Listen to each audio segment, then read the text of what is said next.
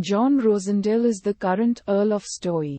After the death of Johnny's father, sometime before the book begins, the family had to sell almost everything to pay the debt duties on the estate.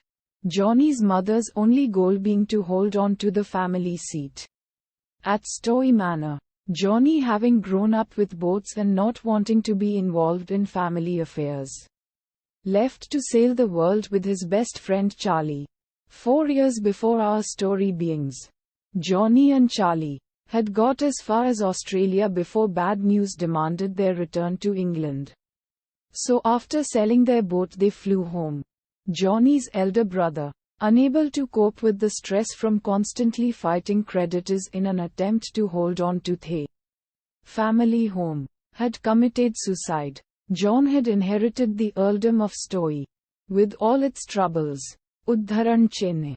Johnny, the irresponsible younger brother, returned home only to fall right in the middle of the storm. His mother had decided the only option was to sell their last remaining significant asset, a painting of sunflowers by Van Gogh.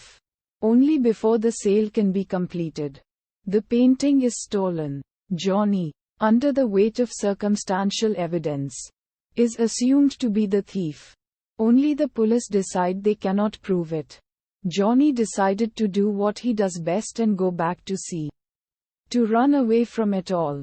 The story begins with Johnny, recalled to England again to attend his mother's deathbed. The threads of the story twist between the flawed hero Johnny, his twin sister, who has never forgiven her brother for arriving 10 minutes before her, and who wants nothing but to regain the respect and position due her family. Georgina, his youngest, mentally retarded sister, whom he adores. Jennifer, the gorgeous stepdaughter of a very rich art collector who will pay anything to get Van Gogh's sunflowers on his wall, and doesn't care if the world believe it to be stolen. And Charlie, Johnny's oldest and dearest friend,